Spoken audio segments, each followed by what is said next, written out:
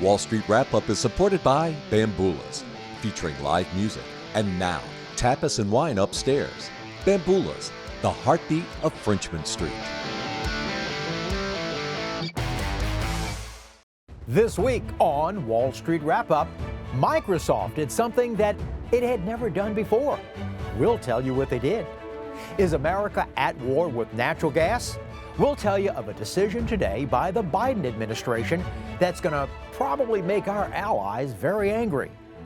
Boeing's problems are going from bad to worse, from doors flying off in mid-flight to planes on fire while in the air.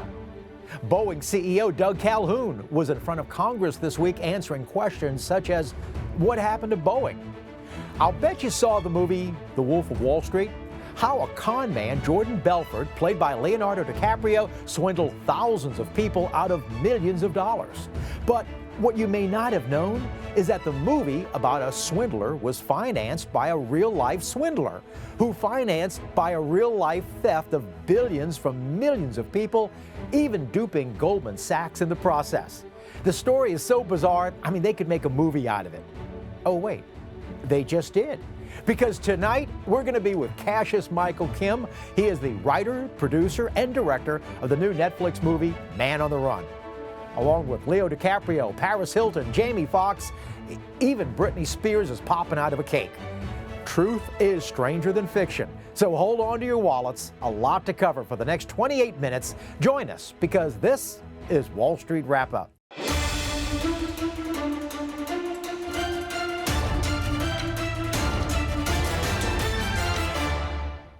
Hi and welcome. I'm Andre Laborde. I hope everyone had a great week. Well, before we begin, an update from last week's show with Bob McNally. Bob is the CEO of Rapidan Energy Group. At the end of our interview, he told us of a major decision that was coming down from the Biden administration affecting the liquefied natural gas, LNG terminal in America, and it's in Calcasieu Parish, Louisiana, called Venture Global LNG Refinery. Now, reports are President Biden wants to study the environmental impact, which means it could be indefinitely delayed or canceled all outright. There are 16 other LNG refineries being built or proposed in the U.S., which is coming at a critical time for our allies like Germany, which is desperate for natural gas, as well as other allies in Western Europe. Now, this is following the sabotage of the Nord Sea pipeline in September of 2022. Now, there are suspects, but no clear country responsible for the sabotage yet. Now, make no mistake, if we don't sell countries as Germany, Western Europe, Japan, or even Korea the liquefied natural gas, they'll still buy it. It just won't be getting from us. They'll get it from Russia, which is already making more money than before the Ukrainian invasion. As Bob McNally told us about last week, he mentioned how the Biden administration's embargo was having an opposite effect because now they're selling more oil to China and India and making more money in the process. The Biden administration is trying to pacify the climate environmentalists just before an election. But by not using natural gas as a cleaner fuel, it pushes more people to the burning of coal. Now, no one likes to pay higher interest rates from your credit cards to home loans. The Federal Reserve is going to be meeting next week on Tuesday and on Wednesday to cut rates, hold, or maybe even the possibility of actually raising of higher rates. Most economists are predicting that they're going to hold, with some rate cuts coming later on this year. Today was the last piece of information which the Federal Reserve looks at. It's called the PCE, or the Personal Consumption Expenditure Gauge, and it tracks the prices of goods and services of both the consumer and companies, what they have to pay, and it was down year over year. It's still rising, but not as much as in November. It rose today to 2.9%. So that's next week. But how did our money do this week? Technology was the biggest drag on the markets today, with Intel coming out with less than expected earnings, and Tesla had lower expectations, which the market didn't like. American Express leads the Dow after strong earnings. It was a record high for both Meta, formerly Facebook, and Microsoft. NASDAQ dropped today and broke a 6-day win streak, but ended positive for the week. And this week, the Dow Jones, they closed up 0.6 of a point for the week. The S&P 500, they closed up just over 1% for the week. And the NASDAQ, they closed also up just under 1% for the week. Microsoft this week hit a $3 trillion market cap, surpassing Apple now as the most valuable company. Well, many of you may have seen the movie The Wolf of Wall Street. It's about Jordan Belfort, a scam artist played by Leo DiCaprio, who steals millions from thousands of people. But what many of you may not know is that the money used to make that movie was all stolen. So how did one guy named Jolo steal billions of dollars from the country of Malaysia to finance a billion-dollar lifestyle, from paying Paris Hilton $100,000 a night to his $250 million super yacht? Cassius Michael Kim is the director, writer, and executive producer of the new Netflix movie, Man on the Run. Hi, Cassius. Welcome to Wall Street Wrap-Up. Thank you for having me. It's a pleasure. Cassius, when it comes to the J-Lo and also one MBD, fund, how long had you followed it before you thought this would make a great movie? Well, I think it's one of those stories that has been kind of in the zeitgeist here and there because it touches on so many different aspects of our society: Hollywood, Wall Street, international politics. So I think I've been aware of it tangentially for a long time. But it wasn't until I read the book Billion Dollar Whale by Bradley Hope and Tom Wright, two former Wall Street Journal reporters who wrote the kind of compendium on the story that really distills all the various tentacles of the scandal into one digestible book. Well, I understand what you mean, because we covered it here a few times on our show with Wall Street Wrap-Up. But you wore three hats. You were not only the director, you wrote, and you also were the executive producer. I'm just curious, every one of those would give you a heartache. I mean, which one of the three hats that you wore gave you the most headaches? Probably the executive producing part. So I think it was just like supervising the production of the film from pre-production to post-production. And because it's an international feature, filming in half a dozen locations around the world.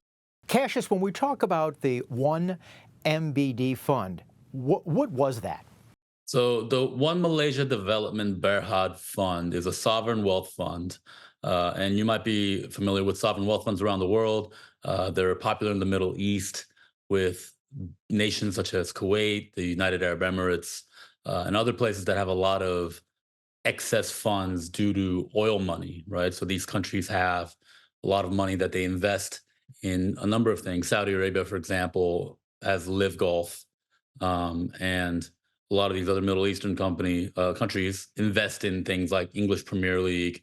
A rumor has it that the parking meters in Chicago are owned by the government of Kuwait or something of that nature. So you take excess funds and you create a development fund to invest in infrastructure, invest in projects that will return profits for the country. Now, Malaysia had this idea, but of course, Malaysia, unlike some of these Middle Eastern countries, does not have a large excess amount of funds that can just be invested. So this 1MDB fund was created on the back of debt and nominally to be invested in infrastructure and other things like that.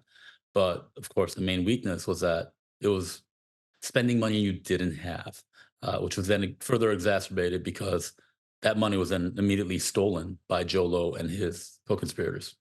Okay, so now we've got this guy named Jolo. How did he all of a sudden come on the scene and get involved with Malaysia to being able to be an important part of this? So Jolo is a Malaysian citizen by birth, but he attended school abroad. He attended the Harrow boarding school in England for his secondary education, and Harrow broadly advertises itself as a school where 7 prime ministers have been educated. So, of course, a place where he's meeting and rubbing shoulders with the children of very wealthy people from around the world. And then he completed his bachelor's at the University of Pennsylvania and the Wharton School. he became friends with a man named Riza Aziz, who was the stepson of Najib Razak, who would later become the prime minister of Malaysia. And when this kind of all fell into place, I think Jolo had someone to approach in high levels of Malaysian government with this idea of creating a sovereign wealth fund that he could administer behind the scenes. Now, as you brought up before, that because Malaysia is more of a poorer country, they had to finance this fund through debt, which is through bonds, through the selling of bonds. So in comes Goldman Sachs. Now, Goldman Sachs is salivating to getting more business in other foreign countries and such. So they were the seller and the purchaser of these bonds. Yeah, so the interesting thing about the relationship Goldman Sachs had with Malaysia is that typically Goldman Sachs facilitates the sale of the bonds, right? They create the marketplace and sell it to clients. But in this case, Goldman bought the bonds outright to give a cash infusion to 1MDB and then sold the bonds themselves. So instead of being a middleman, they became the buyer and seller and used that as a reason to charge a fee tenfold of what an investment bank would typically charge a nation for selling those types of bonds.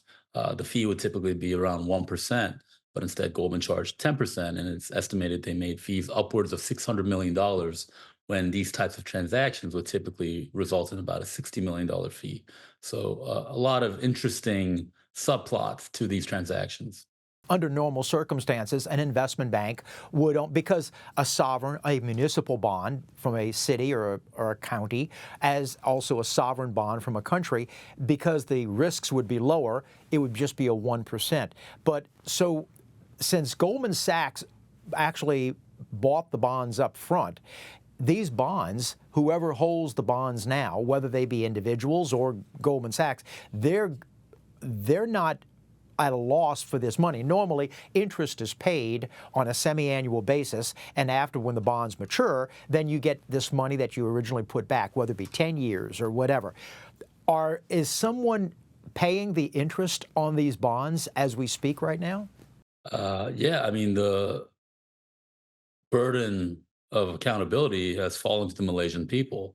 Now, the debt load that Malaysia is responsible for because of interest and all these other charges for fraudulent bond sales exceeds $11 billion. But of course, all these bonds have defaulted, and there's a ton of litigation happening in courts internationally. I think one of the biggest parties is like the Swedish pension fund, which was one of the bigger investors into these fraudulent 1MDB bonds. And they've been involved in litigation with Goldman Sachs for years now. These bonds are defaulted with Goldman Sachs because they're putting their name to this, and they want to create goodwill because of whether it be Malaysia, Singapore, or other types of countries as this. They wouldn't back these bonds and say that if we sell you these bonds, we've already done, and I'll use the term, our due diligence. They didn't do their due diligence, and that's why the federal government charged Goldman Sachs a massive fine, upwards of $3 billion for their malfeasance. Now, the bonds themselves were guaranteed by both Malaysia and the United Arab Emirates. But of course, because of malfeasance on both parties, individuals associated with both Malaysia and the UAE were found to have routed these bonds in a fraudulent way. Ultimately, the people left holding the bag are Malaysian citizens and the people that invested in these fraudulent bonds who lost all their money. Did the people of Malaysia get any money from these bond sales? I think it's more that Goldman Sachs has been forced to make some of these deficits whole, but of course, the entire hole has not been filled. And it's an ongoing process. And of course, that is why the citizens of Malaysia bear the tax burden of repaying the interest on these lost funds. The man J-Lo, and also he also had, I think, Najib Razak, who was the prime minister. So what was interesting about Najib was that he was the chairman. He was the chairman of 1MDB. He was also the minister of finance, and he was also the prime minister. But here was the thing: he was that all at one time. Was there was no checks and balances in Malaysia that he wore all these hats? No, in fact, I think that's what helped kind of grease the wheels because of the entire lack of the checks and balances, which then made the process that much easier to circumvent. Do you think that, okay, so you had Najib Razak and you have J-Lo. Do you think Najib Razak was recruiting J-Lo to do this? Do you think J-Lo recruited Najib Razak to do this? Or they just, Just to, it's Jolo and oh, Jolo, I'm sorry. no, sorry, that's I think the biggest mystery in this, right? Like who is the puppet and who is the puppet Hmm. master? Now, clearly, Najib Razak enabled Jolo and his cronies and his co-conspirators to actuate and execute this fraud. That Jolo was the mastermind of the machinations behind the actual fraud, and the prime minister was willing to look the other way as long as his pockets were padded and his wife was bought Birkin bags and pink diamonds from around the globe.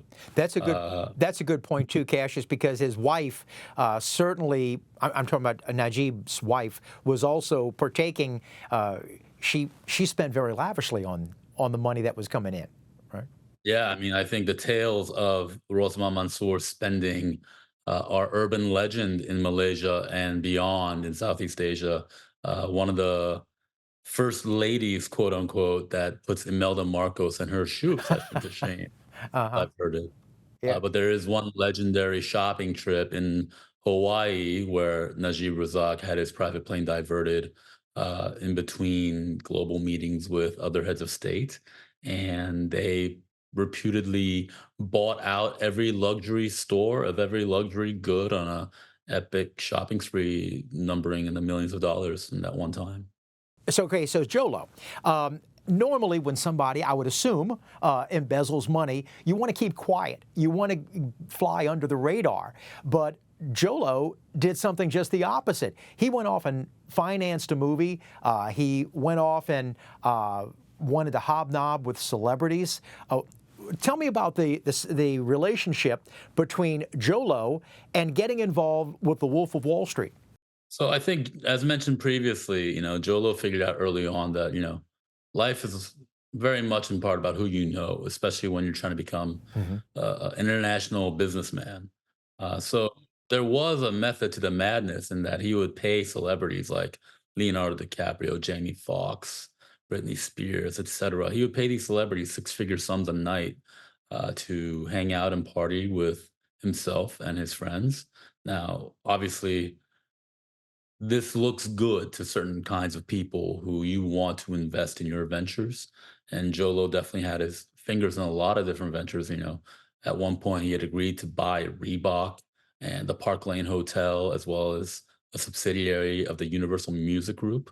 So he's constantly throwing lavish parties and fundraisers and charitable events.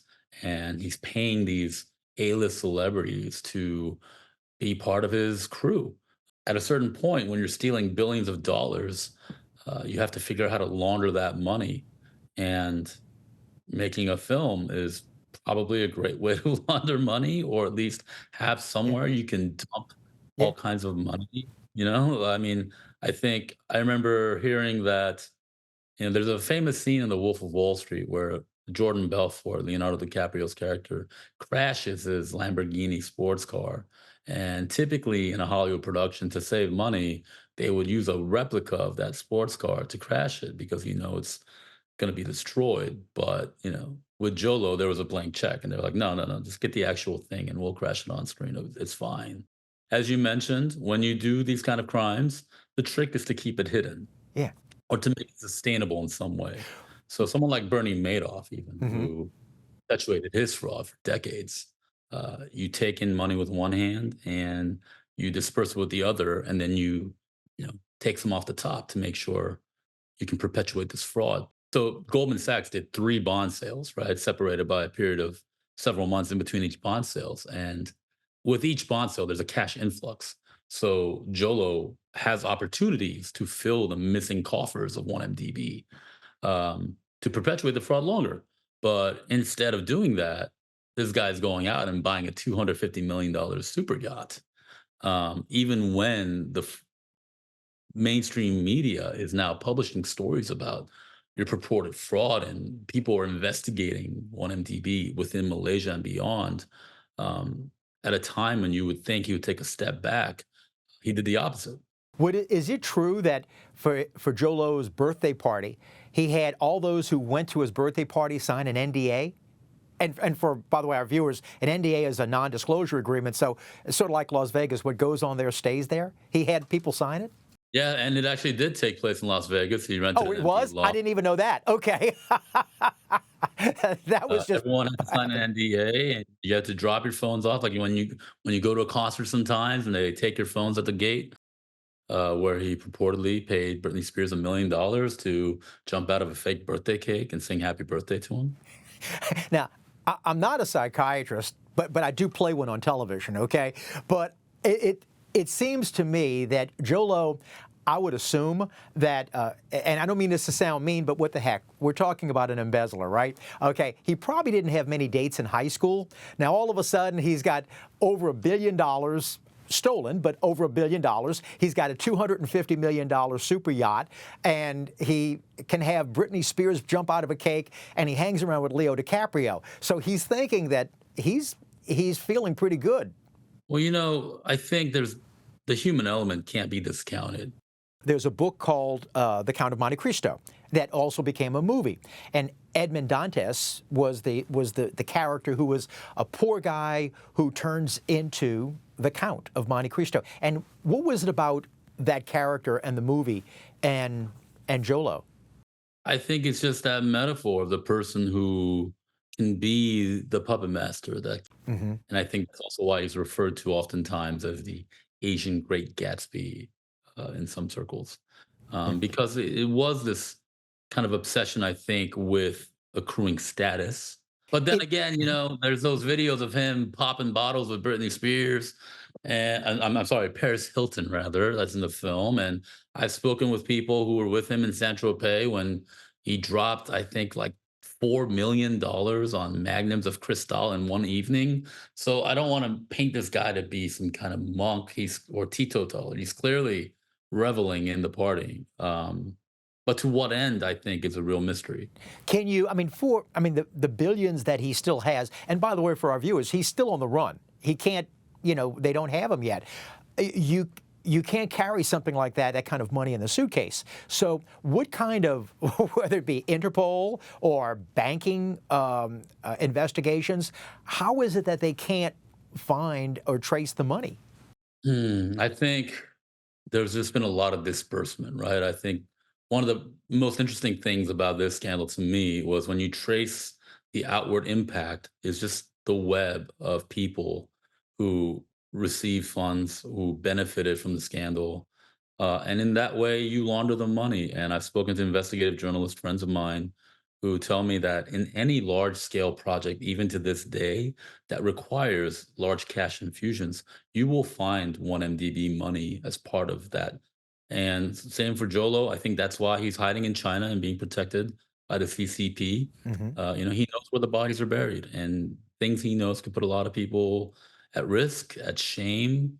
But how long that utility that he possesses lasts to the Chinese government, I suppose that's something we won't find out until it's all kind of Yeah. gone and past.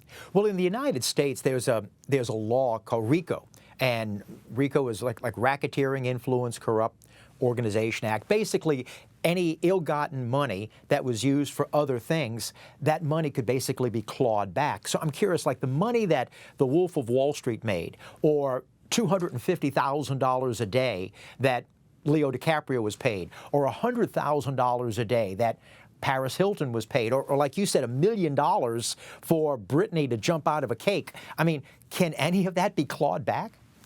Yeah, and in fact, most of these celebrities, I'm pretty sure, have returned that money to the extent that it was returnable, right? Because not everyone's kind of keeping track of how many nights you're hanging out with Jolo over the years, right? But in addition to the nightly charges, Jolo at a certain point invested tens of $1 million in art as another way of laundering money, and he gifted Leonardo DiCaprio, Picasso, and a Basquiat painting, as well as Marlon Brando's long lost Oscar statue for On the Waterfront.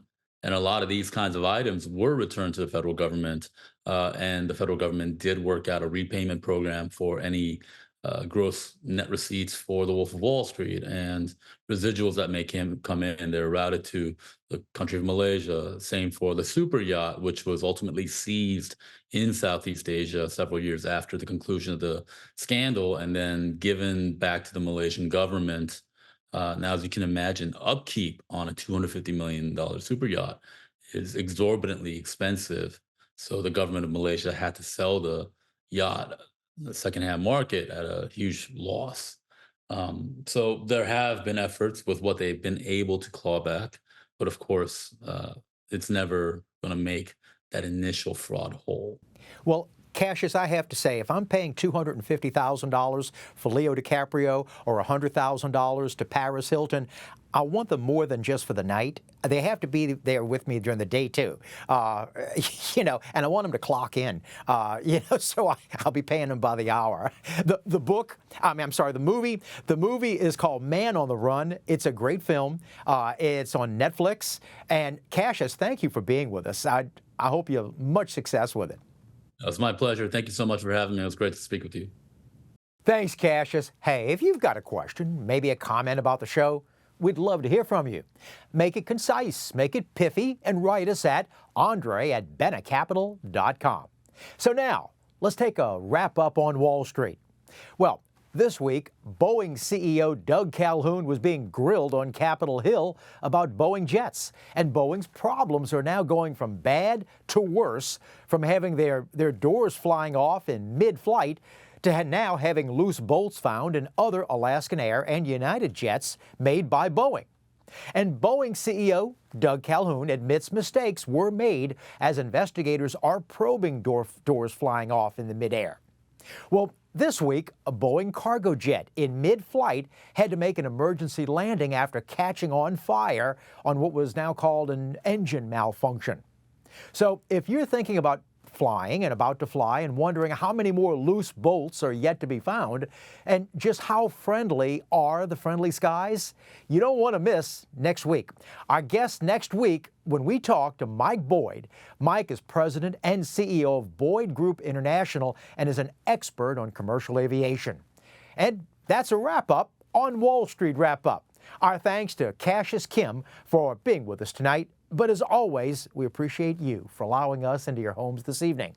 Have a fun weekend with the ones you love. Remember, if it's Friday, it's Wall Street Wrap-Up. I'm Andre Laborde. And also remember, money never sleeps. Good night.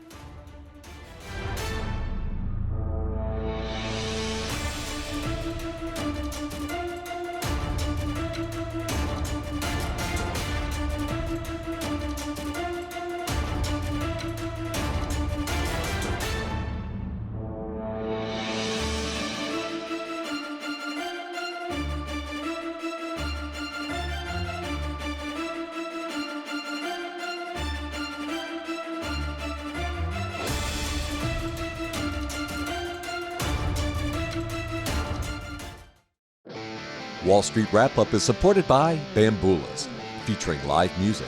And now, tapas and wine upstairs. Bamboolas, the heartbeat of Frenchman Street.